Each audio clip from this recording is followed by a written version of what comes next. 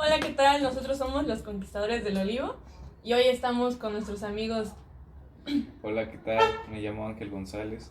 Eduardo. Emanuel de Jesús. Antonio Sánchez. y su servidora Dailin Lorena.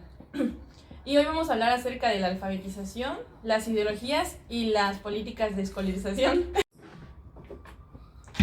Como bien sabemos, los niños a temprana edad comienzan su alfabetización mediante sus prácticas dentro de la familia. Y bien en la escuela vienen a hacer la alfabetización formal. En la escuela pues podemos ver diferentes prácticas de las culturas e ideologías que se les producen o minimizan a través de esto.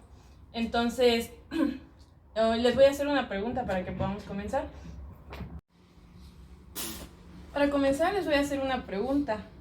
¿Ustedes de qué manera creen que las estrategias didácticas llegan a promover el pensamiento crítico en los alumnos?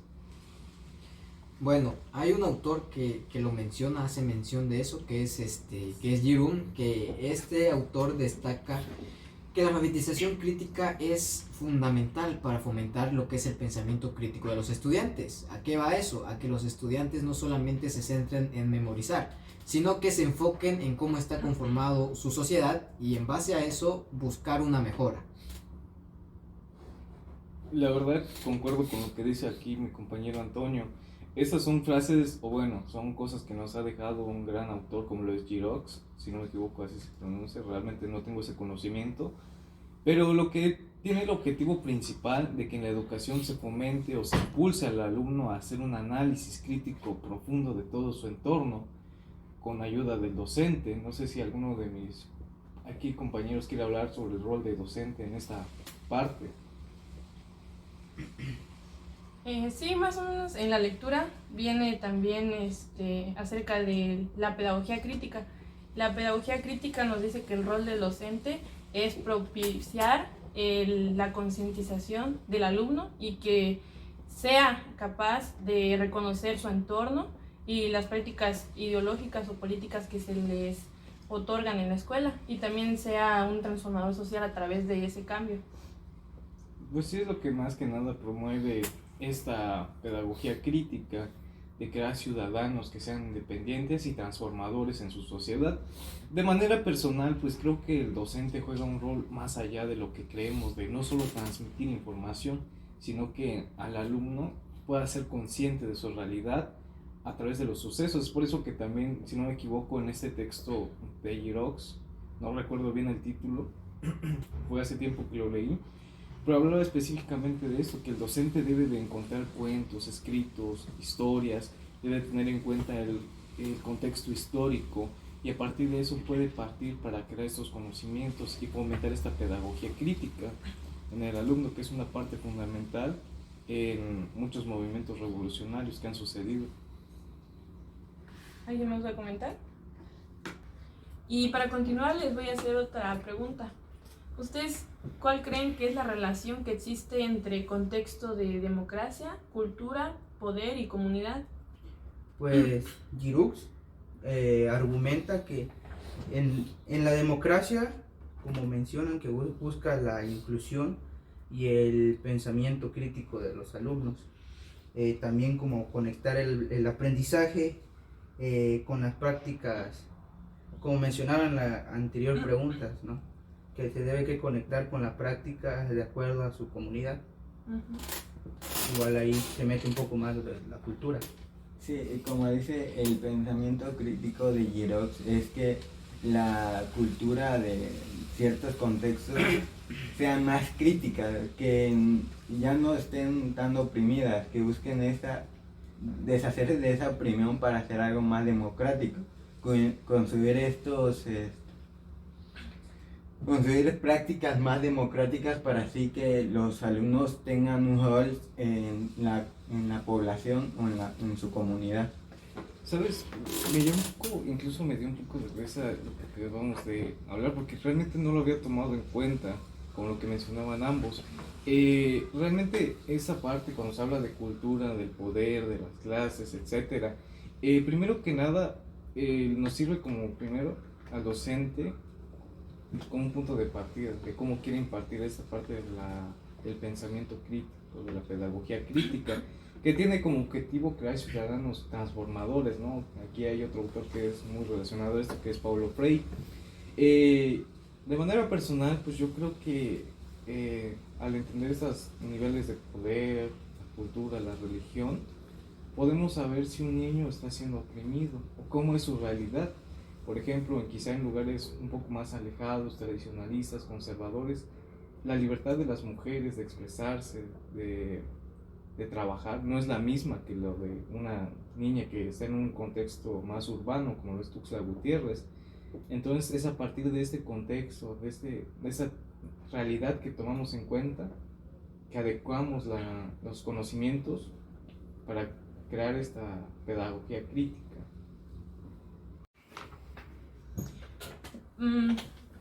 Tengo otra pregunta también. ¿Alguno de ustedes conoce o tiene una idea acerca de qué es la teoría de la lucha de clases? ¿O qué se imaginan cuando viene la mente? ¿Qué es lo que se les viene a la mente cuando les digo eso? Bueno, yo lo había leído que según la escuela y también en un México pasado hay un hecho histórico, y creo que quizá muchos en nuestra niñez y en nuestro desarrollo nos preguntamos es por qué todos usamos uniforme, o por qué todos nos piden, en el caso de los hombres, que usemos un mismo tipo de corte pequeño, que las mujeres amarren el cabello. Y es que de cierta forma la escuela en su momento, hace años, entre el 50 y el 60, buscaba romper estas clases de poder, primero que nada, entre niños más privilegiados, clase media, clase baja, porque según se buscaba que la educación es para todos y todos tienen el derecho de recibirla. Entonces yo considero que esa se refiere a la lucha contra las clases de poder, por lo que tengo entendido. Ok, y va relacionado con la siguiente pregunta, que es, ¿cómo creen que, por qué creen que las instituciones educativas se convierten en estos espacios de resistencia acerca de la teoría de la lucha de clases?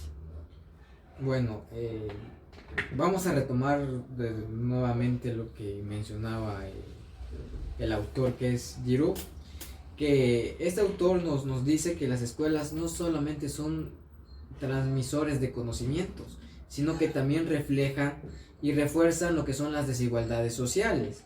Estos se ven como los sistemas educativos a menudo favorecen a lo que son las clases sociales dominantes, que son las clases sociales altas, por así decirlo. Entonces, Giroux también considera eso lo que son espacios de resistencia, perpetuando lo que venimos diciendo, que como las clases dominantes son las clases sociales altas, por así decirlo, eso busca Giroux que se rompa. Por eso se da lo que es la lucha de clases sociales, por así decirlo. También Giroux plantea que la escuela tiene potencial en lo que dijiste, en convertirse en espacios de resistencia.